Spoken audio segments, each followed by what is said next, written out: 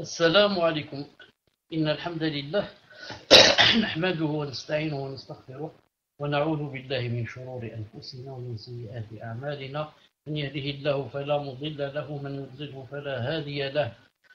وأشهد أن لا إله إلا الله وحده لا شريك له وأشهد أن محمدا صلى الله عليه وسلم عبده ورسوله. يا أيها الذين آمنوا اتقوا الله حق تقاته ولا تموتن إلا وأنتم مسلمون. يا أيها الناس اتقوا ربكم الذي خلقكم من نفس واحدة وخلق منها زوجها وبث منهما رجالا كثيرا ونساء. اتقوا الله الذي تساءلون به والأرحام إن الله كان عليكم رقيبا. يا أيها الذين آمنوا اتقوا الله وقولوا قولا سديدا يصلح لكم أعمالكم ويغفر لكم ذنوبكم ومن يطع الله ورسوله فقد فاز فوزا عظيما. ألا إن أصدق الكلام كلام الله وخير الهدي هدي محمد عليه الصلاة والسلام وشر الأمور محدثاتها وكل محدثة بدعة وكل بدعة ضلالة وكل ضلالة في النار. Donc حياكم الله عز وجل en cette soirée du samedi 10 Rajab 1442 l'Hégire, soit le 16 mars 2019. Sans tarder, Inch'Allah Ta'ala, on commence par les questions, Inch'Allah Ta'ala. D'abord, est-ce que vous m'entendez bien? Un peu faible. Alhamdulillah. Donc, on commence Inch'Allah Ta'ala. Si vous avez des questions, yani, par rapport au cours, Inch'Allah Ta'ala. On commence par celle-là, ensuite les autres. Hayat, fadl, la première question. Assalamu alaikum wa rahmatullah. Est-ce que vous m'entendez? Alhamdulillah, bismillah walhamdulillah, wassalatu wassalam ala rasulillah. Donc première question, assalamu alaikum wa rahmatullahi wa barakatuh.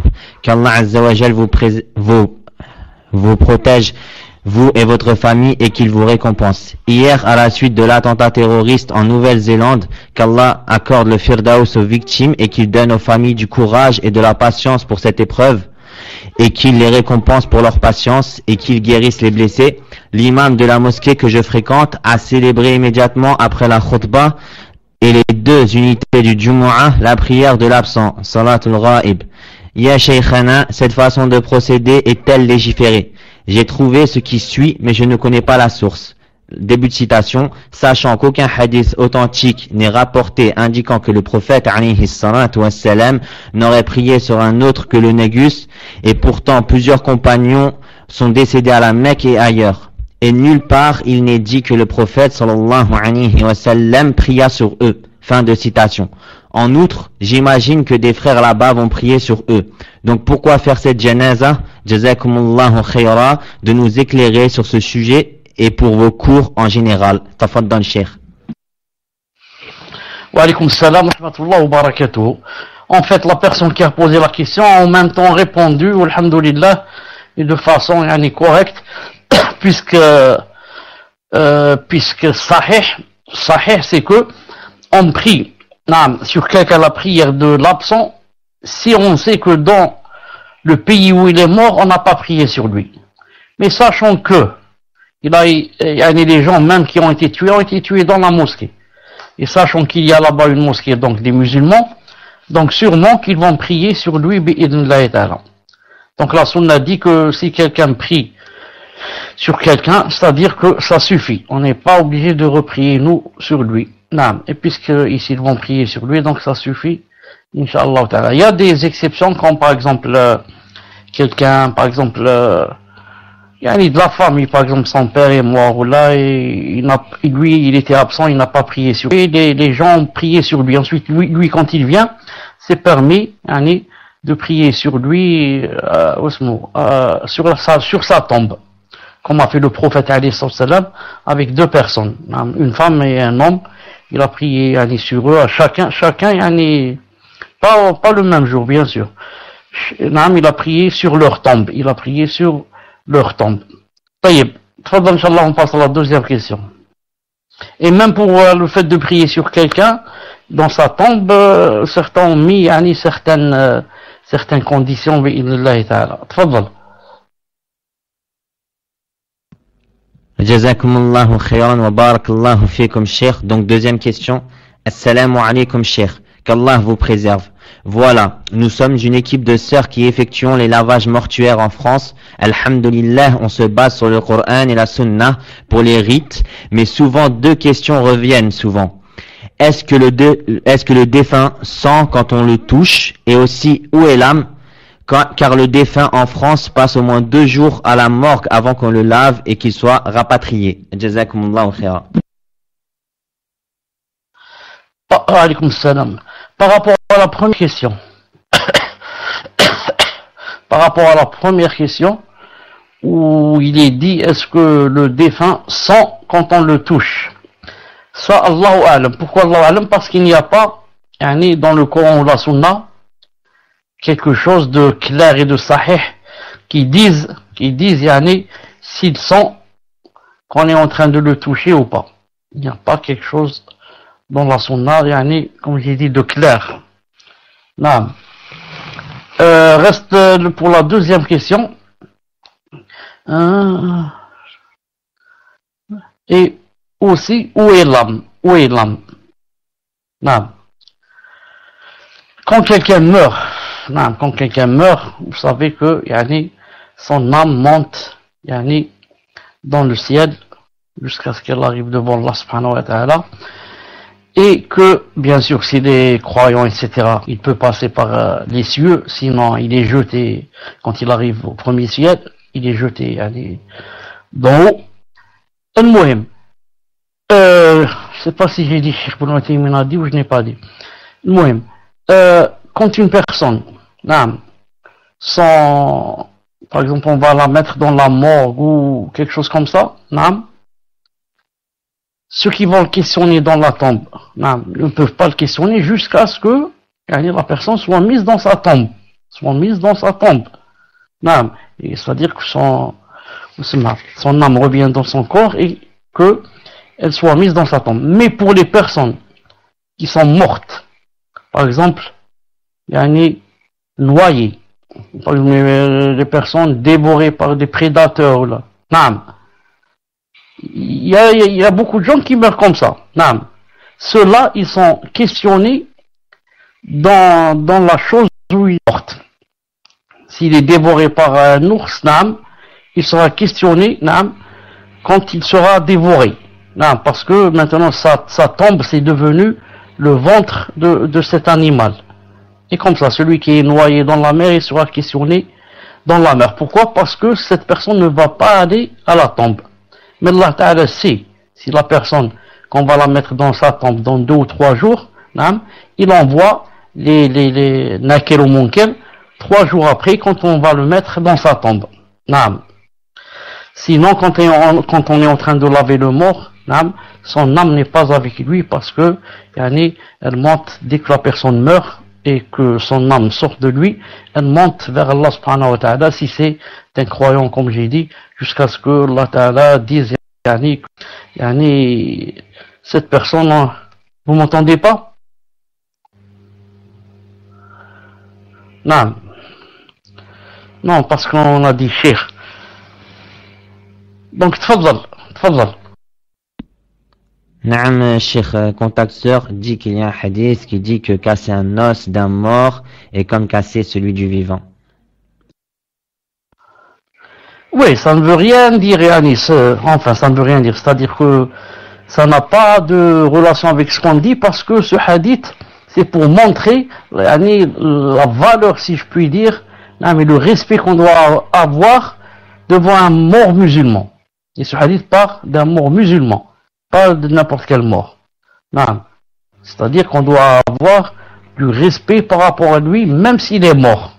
On ne doit pas jouer avec son corps ou la jouer avec le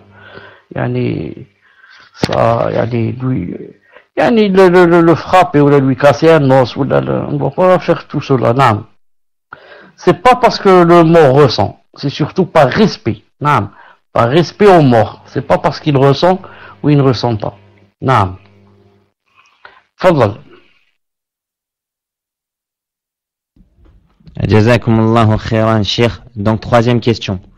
Une aumône a été faite via une cagnotte. Quelques jours plus tard, le site responsable a clôturé la cagnotte et remboursé ceux qui avaient versé une aumône sans raison et sans que cela soit du fait des donateurs. Est-ce un péché si la personne ayant fait l'aumône ne la redonne pas, car on l'a accusé de commettre un péché et participer à une injustice? Jazakumullahu khairan. Si quelqu'un a fait une aumône, non. Si quelqu'un a fait une aumône, ensuite, pour des raisons connues ou pas connues, on lui a rendu son aumône. Devant Allah subhanahu wa ta'ala, cette aumône a été faite. Et cette personne a, Inch'Allah, les récompenses de la niya, les récompenses de l'intention. Non. Et il n'est pas obligé de la redonner. Non, il n'est pas obligé de la redonner parce que elle a été, on la lui a rendue. Non. Mais, je dis, si jamais quelqu'un donne quelque chose, surtout s'il donne fi sabilillah, il n'a pas le droit de la reprendre. Il n'a pas le droit de la reprendre. Mais maintenant, quand on la lui a rendue, hein, ce n'est pas obligé qu'il la redonne. Maintenant, il faut voir est-ce que il a donné, seulement pour aider, ou là, il a donné une chose par ce qu'on appelle on dit hadiya. Le hadiya, il y a une différence entre, par exemple, donner une chose hadiya. Comment on dit hadiya en français? C'est-à-dire cadeau, comme cadeau. Voilà. Et donner une chose fi sabilillah. Il y a une différence entre les deux. Car quand on donne cadeau, c'est juste pour les cœurs, pour rapprocher les cœurs. Et quand on donne fi sabilillah, c'est pour avoir des récompenses. Même si quand on donne cadeau, on a aussi des récompenses. Non. Si on a mis dans l'intention aussi que le prophète a dit alayhi salam, tahadu tahabbu, faites des cadeaux, vous vous aimez. Mais la différence entre le cadeau et quand on donne fi sabilillah, c'est que c'est quoi la différence? Une seconde. La différence entre quand on donne fi sabilillah et quand on donne un cadeau, justement, je voulais dire quelque chose, j'ai oublié.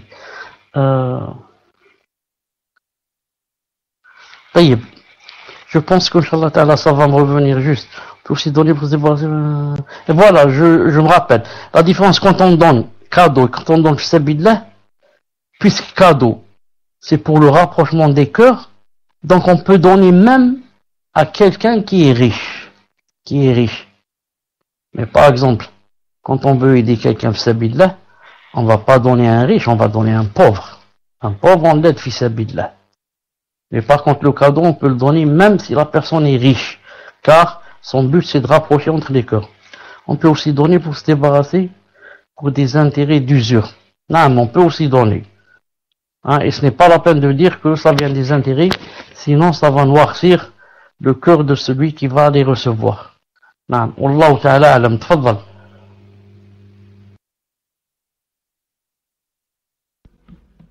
Désolé, Cheikh, je n'ai pas été réactif car j'ai reçu un message privé de contact sœur qui dit si les sœurs demandent s'il y a possibilité de trouver un autre jour pour les cours, s'il y a possibilité de changer de jour.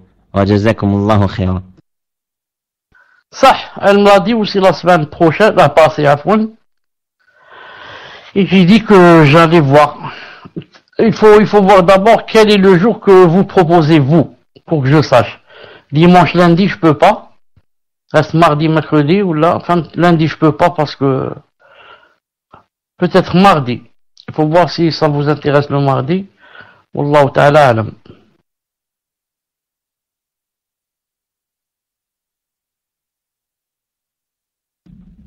Jazakumullahu khairan, Cheikh. Pour ma part, c'est bon le mardi. Inch'Allah. Donc, quatrième question. Question sur le cours dernier, les anges.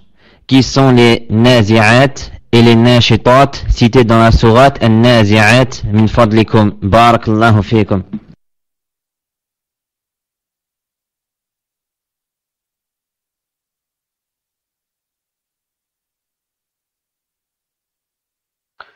Je pense que Allah Ta'ala alam, ça parle des anges qui viennent ôter l'âme. Mais on va voir ensemble Tafsir Sa'di, ce qu'il dit, bi'idnillahi ta'ala, une seconde. Est-ce que vous m'entendez?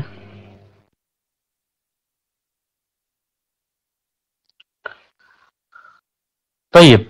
Donc, والنازعات غرقا والناشطات نشطا والسابحات سبحا فالسابقات سبقا فالمدبرات أمرا. الشيخ سعدي رحمه الله تعالى dit هذه الإقسامات, c'est-à-dire Allah subhanahu wa ta'ala est en train de jurer بالملائكة الكرام, il est en train de jurer sur les anges honorés الكرام وأفعالهم دلالة, et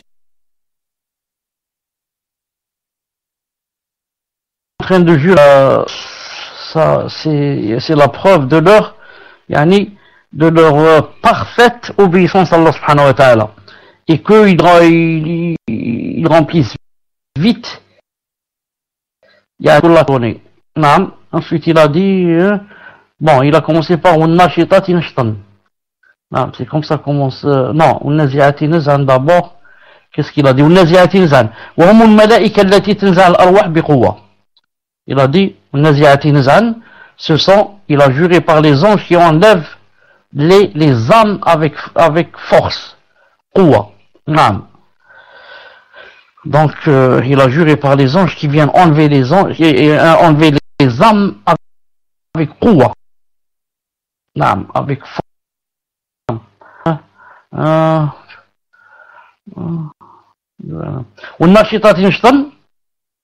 Il a juré par les anges aussi. Il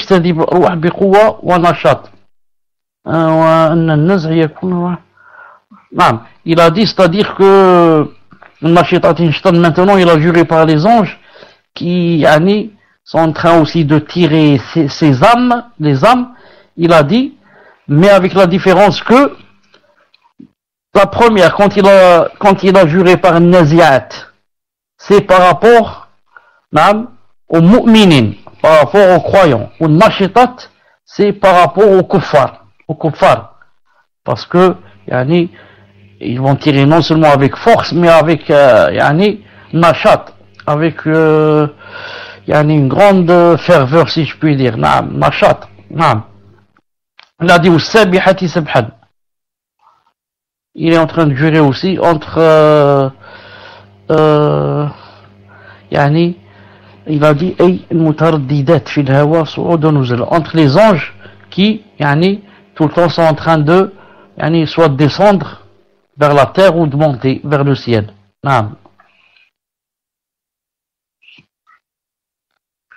Il a dit Sabiqati Sabqan. Sabiqat, celle qui précède les autres, c'est-à-dire les anges, à obéir à Allah subhanahu wa ta'ala. Il précède aussi les shayatin et vient vite avec la révélation avant que les shayatin ne puissent envoler quelques mots là. Toujours il jure ici par les anges que Allah subhanahu wa ta'ala, lesquels il leur a donné la fonction, si je puis dire, de gérer tout d'abord, de gérer les choses des gens, que ce soit dans le ciel, que ce soit dans la terre, comme par exemple le fait de faire descendre la pluie, de faire sortir les plantes, les arbres, les vents, les mers, les animaux, le jinn, le nar, et même le fœtus quand il est dans le ventre de sa mère est comme ça. طيب تفضل. Barakallahu fikum Cheikh. Donc 5e question. Quelle est votre nasiha pour l'un de nos frères qui a son cœur encore accroché à la musique? Allah lui a donné un talent pour le chant et alhamdulillah, il s'en est éloigné. Aujourd'hui, Allah l'éprouve comme beaucoup de frères par la santé et la difficulté de trouver un travail halal. Il projette de produire des chanteurs, de les former. Quel est votre conseil pour que son cœur s'accroche à Allah subhanahu wa ta'ala et le craigne et espère en lui davantage? Précision, la tentation est d'autant plus forte car elle a un talent particulier dans ce domaine. Jazakumullahu khairan. Alaykoum salam. En principe, quand quelqu'un fait la tauba et revient vers Allah subhanahu wa ta'ala, il délaisse tout. Il délaisse tout ce qui est haram pour le visage d'Allah subhanahu wa ta'ala. Alors imagine maintenant cette personne, après avoir fait la tauba, être revenu vers Allah subhanahu wa ta'ala, Allah subhanahu wa ta'ala lui a ouvert les portes de la tauba, du repentir. Ensuite, maintenant, il va tout casser et revenir marche arrière. Pourquoi? Parce qu'il projette de produire des chanteurs. Normalement, nous, on projette de produire des récitateurs du Coran, des douats qui font le prêche pour Allah subhanahu wa ta'ala. Alors que toi, Harry, tu produis de faire des chanteurs. C'est-à-dire que, de produire des gens qui vont inciter les gens à faire le haram, à écouter la musique, à danser, à ceci, à cela. Et encore, ce n'est pas comme par exemple tu incites quelqu'un à boire de l'alcool. Quand il boit de l'alcool, il a le péché seulement au moment quand il a bu. Ensuite, quand il ne boit pas, il n'a pas de péché. Mais ceux-là, non. Ce sont des chanteurs qui vont chanter tout le temps, et qui vont, qui vont égarer les gens, et quand la personne va mourir, au lieu de laisser quelque chose qui travaille pour elle, comme participer à la construction d'une mosquée, participer à la construction d'un hôpital. Non, celui-là participe à laisser derrière lui des gens qui subhanallah al-azim, désobéissent à Allah subhanahu wa ta'ala. Je connais une personne en musique qui a fait tauba, qui on a proposé une grosse avance de plus de 500 000 euros pour recommencer. Cette personne en question a refusé par Allah et resté ferme sur son repentir. Allahu Akbar. Allahu Akbar. C'est ça l'iman. L'iman, c'est pas seulement tu dis la ilaha illallah Muhammad Rasulullah une phrase. C'est aussi, c'est aussi montrer avec les actes que cette phrase qu'on a prononcée la ilaha illallah Muhammad Rasulullah, que vraiment on applique ce qu'elle contient. On applique. Donc, comment dire Allah subhanahu wa ta'ala, وَالَّذِينَ جَاهَدُوا فِينَا لَنَهْدِينَهُمْ سُبُلَنَا. Il a dit ceux qui ont fait le djihad fina, en nous, Allah subhanahu wa ta'ala. Tu aimes la musique, tu la laisses pour Allah subhanahu wa ta'ala. Tu aimes l'alcool, tu le laisses pour Allah subhanahu wa ta'ala. Tu aimes les femmes, tu n'approches aucune pour Allah subhanahu wa ta'ala. Tu aimes jouer à la loterie, tu ne joues pas à la loterie pour Allah subhanahu wa ta'ala. Et à chaque fois que tu as l'envie de faire ce haram et que tu le délaisses, les hasanat deviennent plus grandes comparé à la personne qui n'a pas par exemple cette envie. La personne qui autrefois buvait de l'alcool et qui maintenant a toujours dans le cœur le désir de boire et délaisse l'alcool pour Allah subhanahu wa ta'ala, a plus de récompense que la personne qui n'a pas de désir de boire l'alcool et qui délaisse l'alcool. La première personne a plus. Dans le hadith, le paradis est entouré d'obstacles et l'enfer est entouré de tentations. Donc toi, tu crois que tu vas rentrer au paradis comme ça, facilement. Justement, c'est plein de tentations qui veulent te pousser à ne pas aller à ce paradis et toi tu délaisses ces tentations pour Allah subhanahu wa ta'ala. Et tu passes au-dessus des obstacles pour entrer au paradis bi'idnillah subhanahu wa ta'ala. Donc cette personne, qu'elle revienne à la raison. Je lui donne un conseil, qu'elle revienne à la raison. On ne sait pas quand est-ce qu'on va mourir. Peut-être demain, peut-être dans 1 heure, peut-être. Et ce que tu as pareil. Ce que tu as planté quand tu étais vivant. Et toi, on va te ramener des gens, plein de chanteurs, et on va te dire, tous ces chanteurs, c'est à cause de toi. Et tous ceux qui ont dansé avec ces chanteurs, c'est à cause de toi aussi, tu as été la cause. Tous ceux qui ont entendu la musique de ces chanteurs, c'est à cause de toi aussi. La ilaha illallah, c'est pas une chose facile. Que Allah subhanahu wa ta'ala nous aide, et raffermisse nos cœurs sur la droiture. Tfaddal.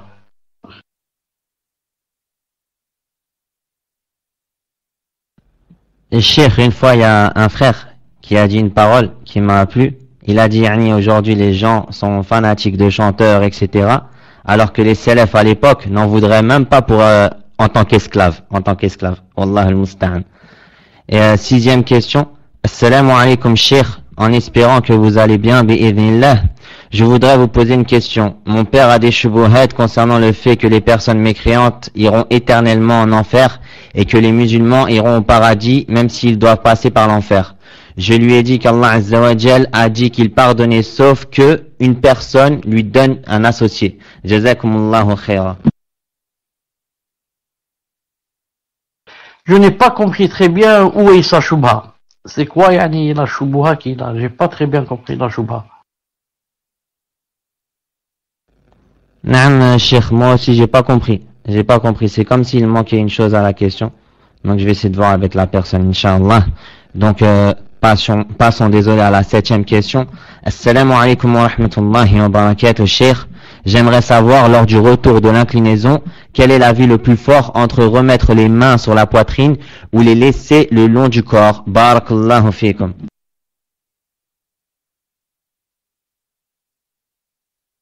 Demande à la personne,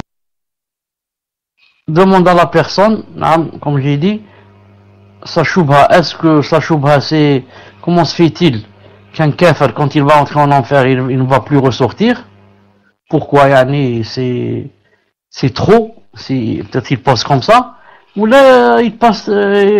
Pourquoi ensuite il a parlé du musulman? Là, j'ai pas compris. Il a dit les musulmans iront au paradis même s'ils doivent passer par l'enfer. Qu'est-ce qu'il veut dire? J'ai pas très bien compris. Et le moyen. On passe à l'autre question. Lorsqu'on revient de l'inclinaison, c'est-à-dire on dit Sami Allah liman hamidah, on se lève, et certains disent, on ajoute aussi Rabbana wa lakal hamd. On dit Rabbana wa lakal hamd, mais certains ajoutent qu'on dit aussi Sami Allah liman hamidah. Il dit quel est l'avis le plus fort entre remettre les mains sur la poitrine ou les laisser le long du corps? Je dis, quand tu dis quel est l'avis le plus fort, c'est bien sûr le plus fort d'après qui? Est-ce que d'après ce que j'atteste moi? Est-ce que d'après Cheikh Ibn Uthaymin? Est-ce que d'après Cheikh Ibn Baz? Parce qu'il y a une divergence dans cette question. C'est pour cela, je dis, mon avis personnel, c'est de ne pas remettre les mains sur les poitrines, mais de les laisser, yani, à droite et à gauche du corps. Et c'est aussi l'avis de Cheikh Al-Albani. L'avis de Cheikh Ibn Baz, c'est le contraire, c'est de mettre les mains sur la poitrine quand on revient de l'inclinaison. Et l'avis le milieu, c'est comme a dit l'imam Ahmed rahimahullah ta'ala. Il a dit l'amru wasi'. L'amru wasi', c'est-à-dire c'est vaste et tu fais ce que tu veux. Si tu veux les mettre sur la poitrine, tu les mets, l'affaire est large, voilà. Tu veux les mettre sur la poitrine, tu les mets. Tu ne veux pas les mettre, tu les mets pas. C'est-à-dire, si moi j'ai un ami ou là, moi, plusieurs fois quand je dis Allahu Akbar, je mets mes mains sur ma poitrine, quand je me relève de l'inclination, comment ça s'appelle, l'inclinaison, je remets pas, mais plusieurs fois je vois des amis à ma gauche ou à ma droite qui mettent leurs mains sur la poitrine. Jamais je leur dis pourquoi vous avez mis. Et eux, jamais ils me disent pourquoi toi tu n'as pas mis. Mais s'ils veulent, et il y a une discussion entre nous, si on donne la discussion, chacun donne ses dalils. Et moi, d'après les dalils, je suis convaincu qu'on ne met pas. J'ai au moins deux dalils. Le premier, c'est comme a dit Cheikh Al-Albani. Si les mains se mettaient sur la poitrine après se lever de l'inclinaison, jamais les Sahaba n'auraient oublié de le mentionner. Alors qu'ils ont mentionné, comment, quand quelqu'un va aux toilettes, comment qu'il fait, et que c'est avec sa main gauche, c'est pas avec sa main droite, et que c'est 3 fois, et c'est ceci, c'est cela. Alors comment se fait-il que la salat, l'un des grands piliers de l'islam, ils omettent de dire qu'on a vu le prophète mettre les mains sur la poitrine après s'être relevé. Et il y a un deuxième dalil, ça c'est usuliyan, point de vue usul fiqh. Usul fiqh. Quand on dit que le prophète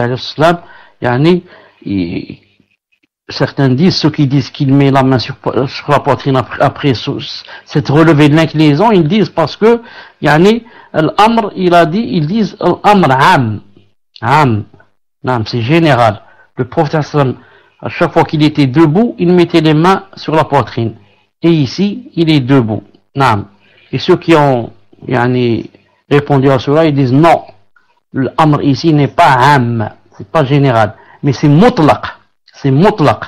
Et il y a une différence entre l'am et le mutlaq. L'am, c'est الشامل لجميع أفراده دفعة واحدة دون حصر. Il faut que tout ce qui est au-dessous du général rentre dedans. C'est l'afd al-am. Le mutlaq, non. Le mutlaq, il suffit, c'est comme le am, mais la différence c'est que on le fait une seule fois, donc on a fait le mutlaq. Et ici, quand on s'est levé, quand on dit takbir, on dit Allahu Akbar, et on met les mains sur la poitrine, khlas, on a fait le mutlaq. Ça veut dire on n'a pas besoin de le refaire, on n'a pas besoin d'une autre surah pour le refaire, c'est-à-dire après l'inclinaison. Je sais que c'est un peu difficile, mais ça c'est pour ceux qui ont l'arabe et qui veulent munaqasha, etc. Mais conclusion, celui qui veut mettre les mains sur la poitrine, qu'il les mette. S'il a lu quelque chose, ou l'a entendu quelque chose, ou là, et qu'il est convaincu. Et celui qui ne veut pas les mettre, qu'il ne les mette pas aussi. S'il a aussi ses raisons de ne pas les mettre. Naam. Donnez-moi, Inch'Allah, vous m'entendez? Dites-moi, vous m'entendez, Samir? Alhamdulillah. 2 minutes, Inch'Allah, allez, je reviens. Salam alaikum.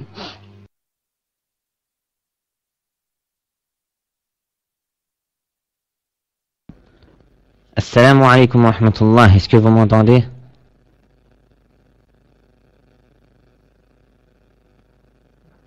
Habib, tu m'entends? Naam, alhamdulillah. Non, Cheikh, je voulais réitérer le message pour question. Comme il reste qu'une seule question, je vais dire aux gens s'il y a des questions à poser, ils peuvent les poser, Inch'Allah. Donc, naam, pour ceux qui souhaitent poser des questions sur les cours précédents, ou bien sur la aqidah, ou bien le fiqh, afwan, rejoignez la liste d'attente et Habib viendra récupérer vos questions, Inch'Allah ta'ala. Wa jazakumullahu khayra. Naam, ahsant, ceux qui ont déjà posé une question, vous pouvez quitter la liste, Inch'Allah ta'ala, afin de faire le tri, bi'idhnillah. Jazakumullahu khayra.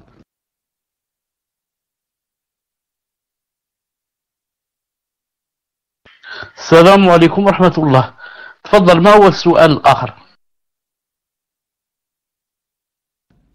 Barakallahu fikum, Cheikh. Donc, 8e question. Assalamu alaikum wa rahmatullah. J'espère que vous allez bien, Cheikh. Non, j'espère que vous allez mieux, Cheikh. Allah ibarak. Allah yashfik. Et qu'Allah Azza wa Jal vous récompense. Question sur la salat. Ma femme a un souci de santé sur les ongles des pieds. Elle a un traitement durant 6 mois qui consiste à mettre du vernis transparent sur ses ongles une fois par semaine. Elle sait qu'elle ne peut pas faire les ablutions avec du vernis, mais si elle le retire, à chaque fois, elle ne pourra pas guérir. Elle a déjà essayé de se soigner autrement, mais en vain. Mais elle s'inquiète. Quel est le jugement de sa salat? Est-elle valide? Si oui, est-ce qu'elle peut faire l'essuyage sur les chaussettes? Cela fait déjà 3 semaines qu'elle prie avec le vernis. Jazakumullahu khairan wa tafaddal, Cheikh.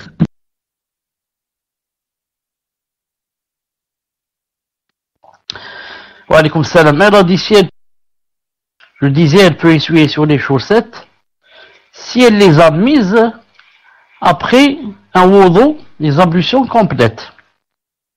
C'est-à-dire, si tu vois combien qu'elle met de fois de vernis, elle dit elle a un traitement durant 6 mois, consiste à mettre du vernis transparent une fois par semaine.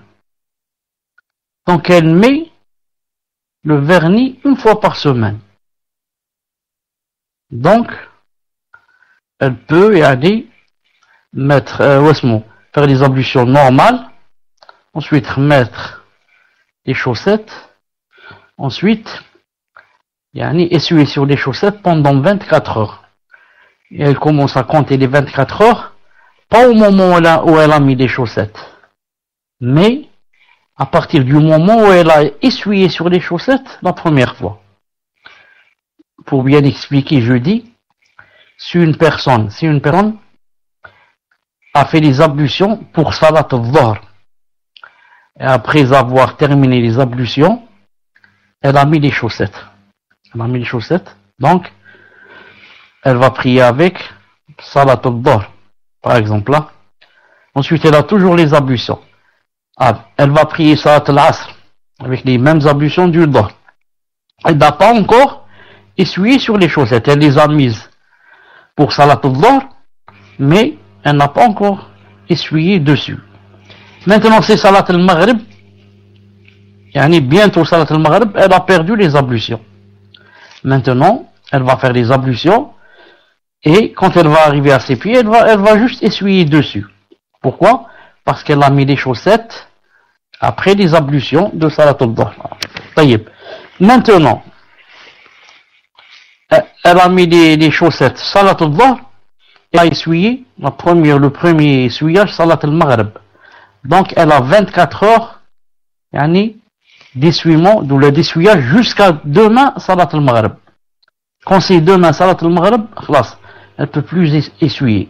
Mais juste avant, elle peut essuyer.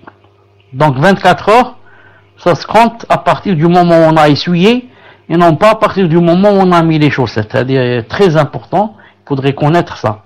Et la deuxième des choses, si maintenant, 24 heures ça lui suffit pas, et qu'elle doit ne pas toucher par exemple à ses ongles pendant toute la semaine ou là, dans ce cas, elle fait les ablutions normales, et elle ne touche pas à ses orteils. Elle lave même ses pieds sans toucher ses orteils, parce que là elle doit mettre du vernis, où il y a du vernis dessus. Et à chaque fois qu'elle fait ses ablutions, quand elle termine ses ablutions, elle fait aussi le tayammum.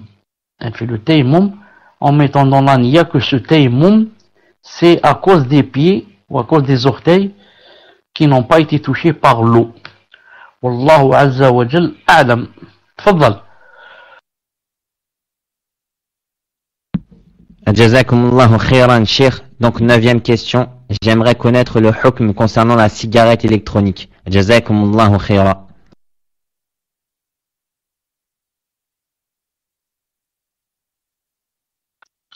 C'est quoi la cigarette électronique? D'abord, tfaddal.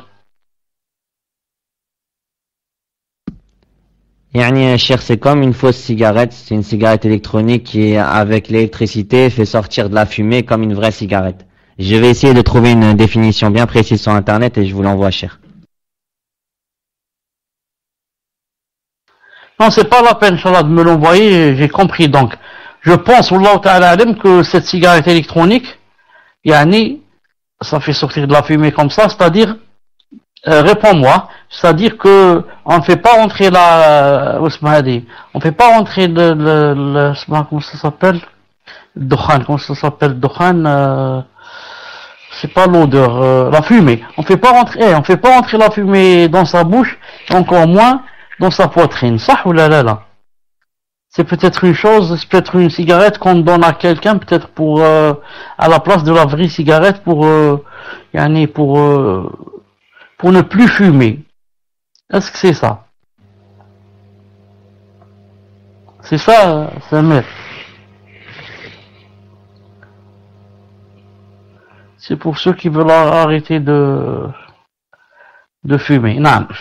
Asma, celui qui veut arrêter de fumer fait beaucoup de doigts et il tawakkal à Allah subhanahu wa ta'ala.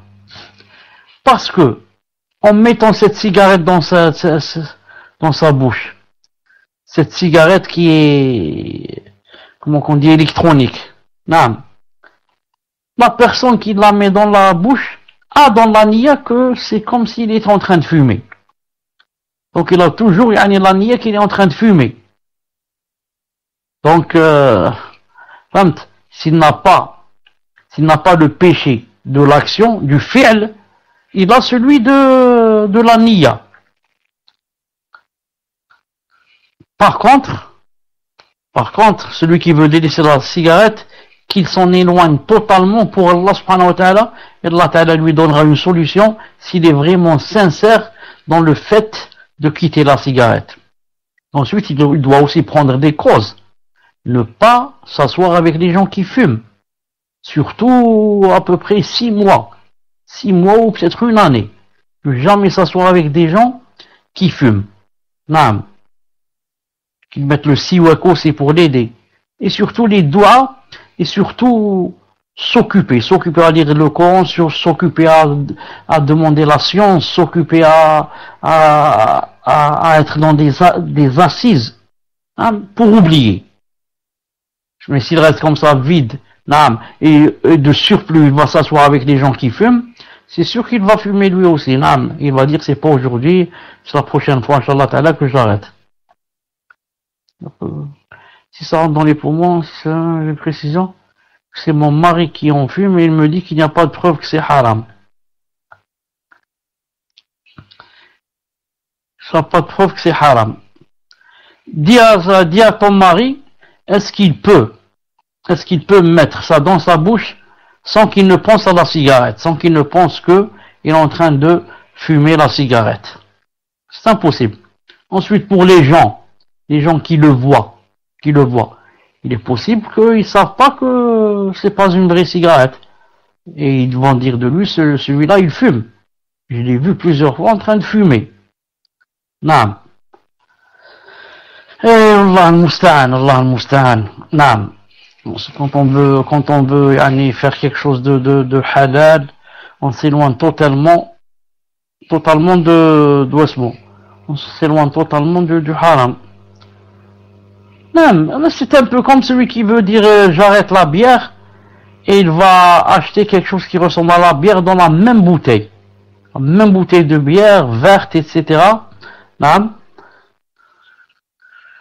Et il va y aller en boire. Celui qui passe devant lui, il va dire, je l'ai vu en train de boire de la bière. Non, pour lui, c'est de la bière. Et la personne qui aussi va boire cette chose qui n'est pas de la bière, qui est je crois, du blé ou je ne sais pas quoi, mais dans sa tête, il pense toujours à la bière. Et il dit, c'est juste pour y aller délaisser la bière. C'est pas le vrai chemin. Non, c'est pas la vraie cause.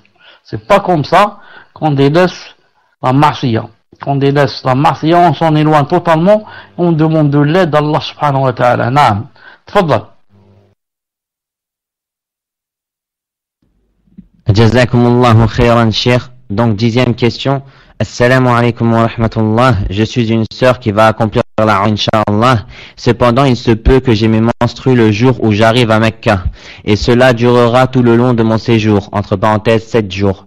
Dans ce cas, puis-je faire quand même le tawaf en état de menstru, car je ne serai toujours pas purifié à mon retour. Jazakumullahu khairan. C'est comme si on était dans la même pièce. Cela veut dire quoi? Cela veut dire que, comme disent les savants, ce n'est pas obligé à chaque fois pour poser une question de dire salam alaikum. Car une personne a dit, la première qui a posé la question, elle dit salam alaikum. Moi je réponds alaikum salam wa barakatuh. Ensuite c'est valable pour tous les autres. Car on est tous dans une même pièce, dans une même chambre. On n'est pas obligé à chaque fois de dire salam alaikum. On dit une seule fois. Et moi, pour ceux qui disent, ce n'est pas interdit, mais je leur dis seulement, que ce n'est pas obligé, bi'idhnillah subhanahu wa ta'ala. Naam. Donc, quand une femme va à la Umrah, naam, et qu'il lui reste le tawaf, qu'elle peut pas faire le tawaf, car elle a les menstrues, il faut voir si elle peut, comme on dit, retarder son retour. Si la personne peut retarder son retour, c'est la première chose qu'elle doit faire. Si elle ne peut pas, les savants ont dit, alors elle sera entre deux choses. Les deux ne sont pas bien. Ou bien, elle reste là-bas et ses parents et sa famille partent, et elle reste toute seule. Et ce n'est pas possible. Surtout pour une personne, par exemple, imaginez on la laisse à la Mecque et ses parents vont revenir à des milliers de kilomètres. Ils habitent, je ne sais où, en Alaska ou là au pôle Nord, ou là, ils vont laisser la personne, et leur fille, toute seule là-bas à la Mecque. C'est le premier mal. Ou bien le deuxième mal, les savants disent, donc elle va faire le tawaf en état de menstru. en état de monstru. Et, comme dit Cheikh Ibn Taymiyyah, Cheikh Islam Ibn Taymiyyah, Shawkani, Ibn al-Qayyim, surtout Ibn al-Qayyim a développé ça beaucoup dans son livre, comment il s'appelle son livre, Al-Mashhur, dans beaucoup de ses livres, et aussi son livre, attendez une seconde, comment il s'appelle, 4 tomes, المهم نعم إعلام موقعين عن رب العالمين نعم et certains disent أعلام الموقعين, les deux sont justes. المهم il est arrivé à la conclusion que c'est le moindre mal car il n'y a pas une troisième solution. نعم. Et cela c'est pour la personne qui a commencé à faire les rites de la Umrah par exemple, ou la du Hajj. Ensuite, ça c'est, elle a eu ses menstrues. Et c'est spécialement aussi pour la personne qui est à son premier voyage, c'est-à-dire son premier Hajj, ou là sa première Umrah. Non, ce n'est pas pour celui qui, c'est-à-dire l'obligatoire. Ce n'est pas pour une personne qui va, pour une chose qui n'est pas obligatoire pour elle. Ce n'est pas obligatoire. Personne ne t'a dit d'y aller une deuxième fois. Toi, tu as voulu, donc maintenant, tu ne peux pas faire. Mais quand c'est le Hajj, le premier, ou la Umrah, il n'y a que cette solution. Bi'idnillahi ta'ala, wallahu ta'ala alam. Tfaddal. Jazakumullahu khairan, Cheikh. Donc, 11e question. Il y a une taxe pour la Umrah si le pèlerin l'a déjà réalisé. Des frères m'ont dit qu'avec la double nationalité, on peut partir du bled sans avoir la taxe, car c'est un autre passeport. Est-ce que cela est légiféré? Est-ce que la personne a mis 2 fois, est-ce que c'est légiféré? Naam, est-ce que c'est légiféré? Jazakumullahu khairan.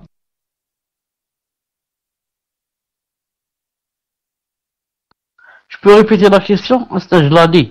Il y a une taxe pour la Umrah si le pèlerin a déjà refusé, réalisé l'année précédente.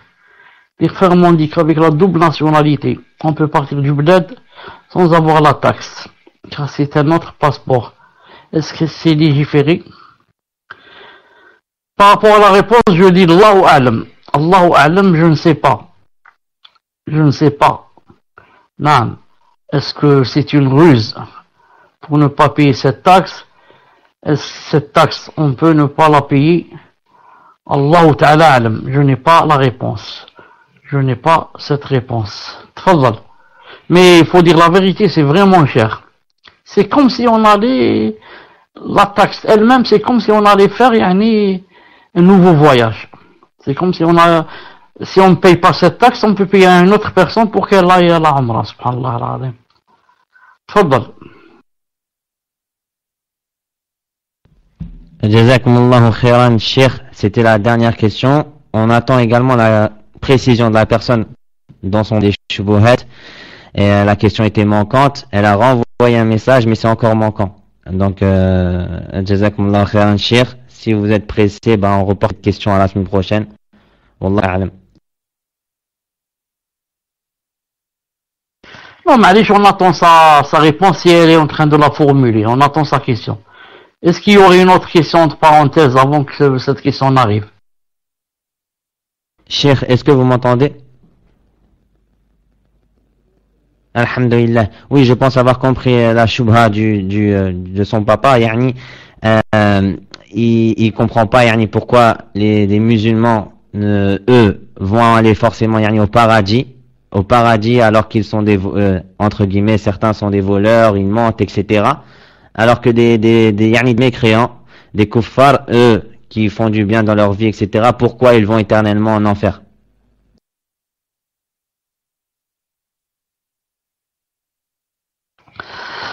La réponse est simple, Inch'Allah Ta'ala. Les kuffars vont aller éternellement en enfer parce que Allah Ta'ala les a créés et ils vivent sur sa terre, Allah Subhanahu wa Ta'ala respire de son oxygène, mange de ses fruits et de ces, c'est pas seulement les fruits, hein, tout ce qu'il y a comme légumes, etc. Donc, profite de toutes les ni'mas qu'il y a sur cette terre, et au lieu de le remercier, ils ne croient pas en lui. Voilà, ils disent non, il n'y a pas de créateur. Non, je suis venu comme ça, et je ne sais quoi. Donc, ce sont des ingrats. Non, ce sont des ingrats. Allah Ta'ala va les punir à cause de cela. C'est le plus grand crime. Non. Ou alors d'adorer un autre avec lui, de faire un associé. Non. Quant aux biens qu'ils font, etc., ce qu'ils font de bien et ça, tout le bien, les biens qu'ils font, ils ne le font pas pour le visage d'Allah subhanahu wa ta'ala. Ils le font pour attirer la satisfaction des autres. Ils ne l'ont pas fait pour Allah subhanahu wa ta'ala.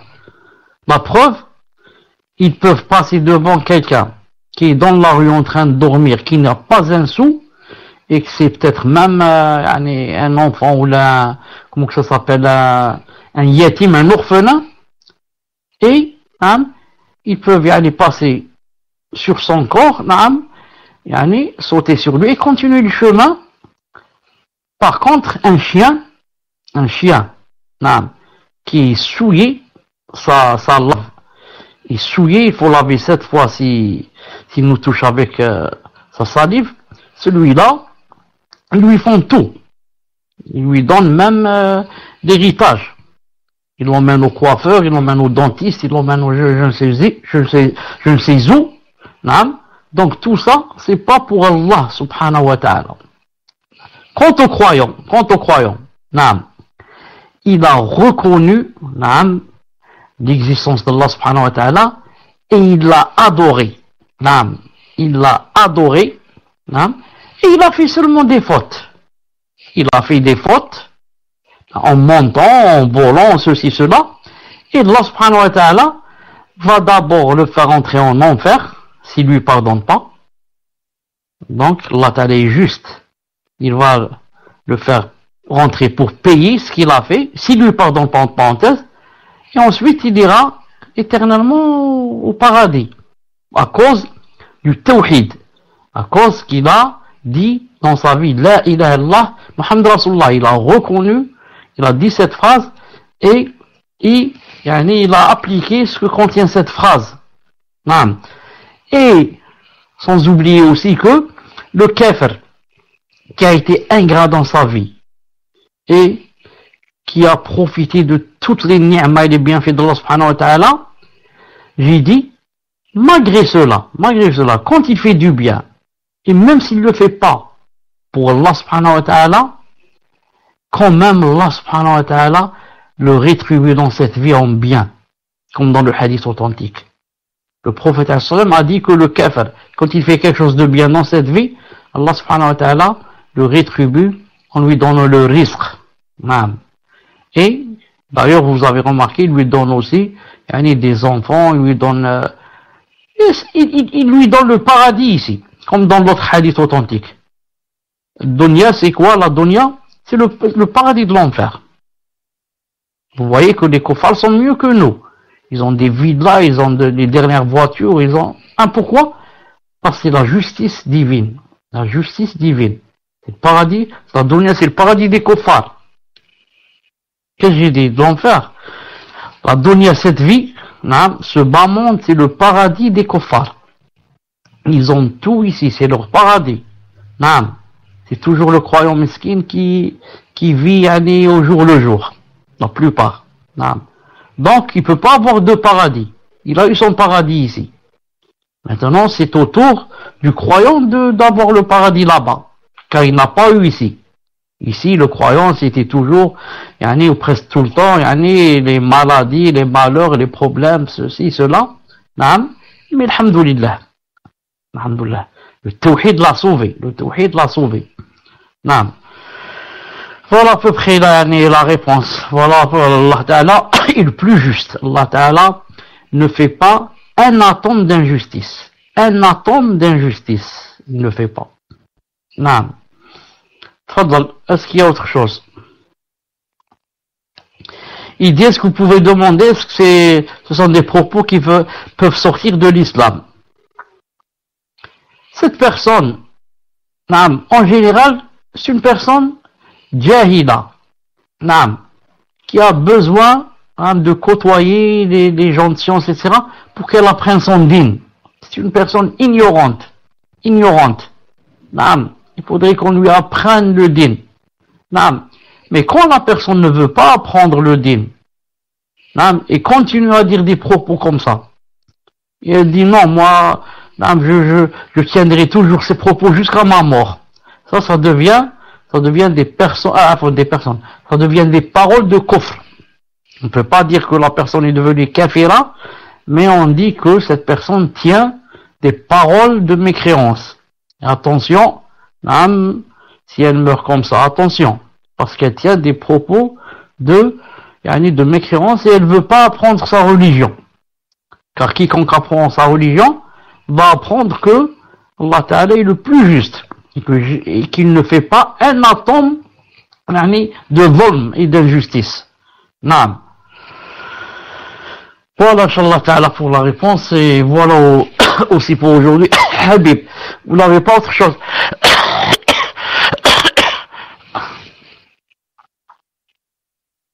Là, tfadal, c'est quoi la dernière question? Tfadal.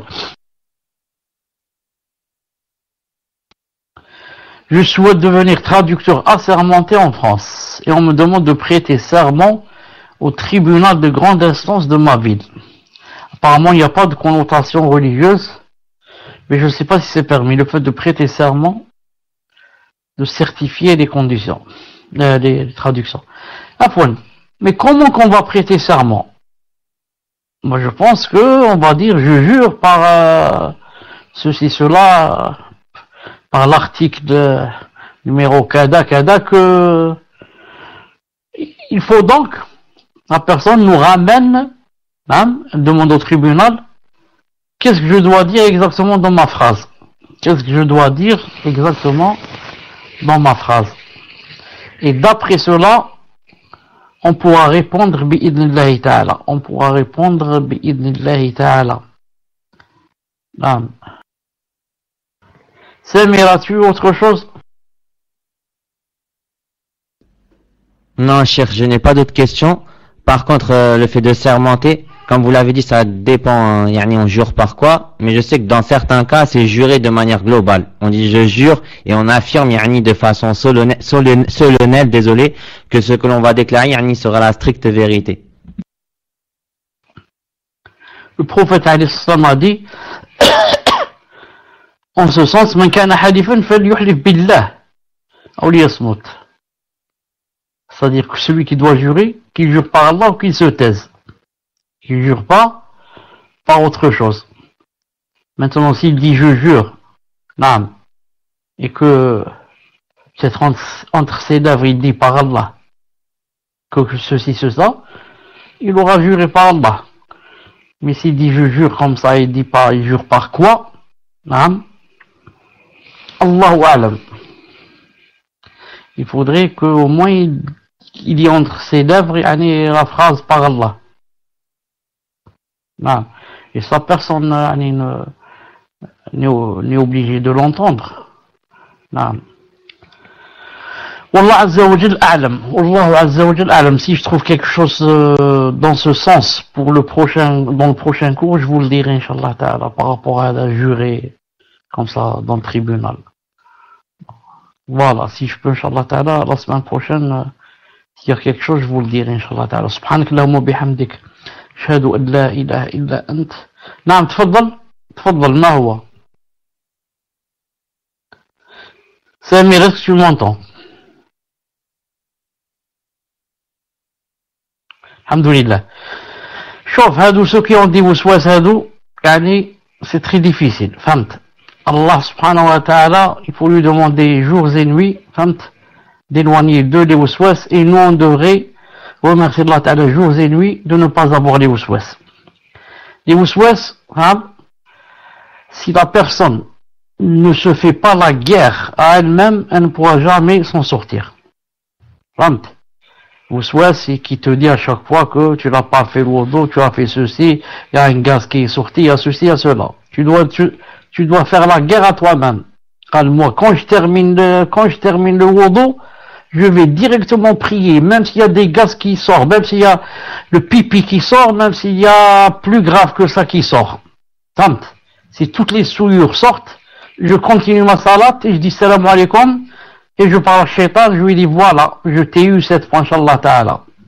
Alhamdulillah. Et ensuite, je ne parle plus d'ablution ni de rien jusqu'à salat al-asr. Et je fais la même chose. Bismillah, et je commence à faire les ablutions. Quand je termine, Allahu Akbar et je prie. Jamais je ne recommence ma salat. Quand je fais ça 2, 3 fois, 4 fois, un jour, 2 jours, 3 jours, une semaine, ensuite il n'y aura plus de waswas. Shaitan khlas. Il part, il dit, cette personne vraiment, je lui tire mon chapeau. Cette personne vraiment, je lui tire mon chapeau, je n'ai jamais vu une personne aussi ferme, que cette personne. Sinon, jamais la personne ne peut s'en sortir. Elle va passer son temps à quoi? Dans la salle de bain. Et elle va prier 10, 15 fois salat al-asr, 20 fois salat al-dhuhr, 15 fois salat al-maghrib, et comme ça. Et elle reste dans un adab. Vous savez qu'est-ce que l'adab? C'est un supplice, c'est une torture, un châtiment, torture. Naam. Donc, et quand elle a dit si je refais cela, je suis kafira. Elle ne doit pas redire cela. Même Cheikh Ben Baz ici l'a dit. Elle ne doit pas redire cela. Et si elle dit cela, et qu'elle refait, elle ne devient pas kafira. Elle ne devient pas kafira, mais elle ne doit pas redire cela. Elle dit à partir de ce moment, je ne dirai plus cette phrase, si je fais ça ou je fais pas ça, je deviens kafira. Non, elle ne doit plus dire cette phrase. Elle fait tawba, pour avoir dit cette phrase, mais elle ne devient pas kafira. Elle ne devient pas kafira, on ne devient pas kafira et kafir comme ça, à cause du shaitan et à cause du waswas. Jamais de la vie. On devient kafir quand on sait que cette chose fait sortir de l'islam et on l'a fait sciemment. Même si on sait que cette chose fait sortir de l'islam et on ne la fait pas exprès, on ne sort pas de l'islam. Et encore mieux, si on ne sait pas que cette chose fait sortir de l'islam et on l'a fait. Ça ne fait pas aussi sortir de l'islam. Pour sortir de l'islam, il faut qu'on sache que cette chose fait sortir de l'islam et que je la fais sciemment. Je suis en train de me rappeler que ça ne se fait pas et je la fais. C'est là que la personne sort de l'islam. Qu'Allah subhanahu wa ta'ala guérisse notre sœur. Qu'Allah subhanahu wa ta'ala guérisse notre sœur. Qu'Allah subhanahu wa ta'ala guérisse notre sœur. Qu'Allah subhanahu wa ta'ala guérisse tous ceux qui ont des waswas. C'est vraiment une épreuve. Qu'Allah ta'ala guérisse tous ceux qui ont des waswas. آمين يا رب العالمين. سبحانك اللهم وبحمدك أشهد أن لا إله إلا أنت أستغفرك وأتوب إليك. السلام عليكم ورحمة الله.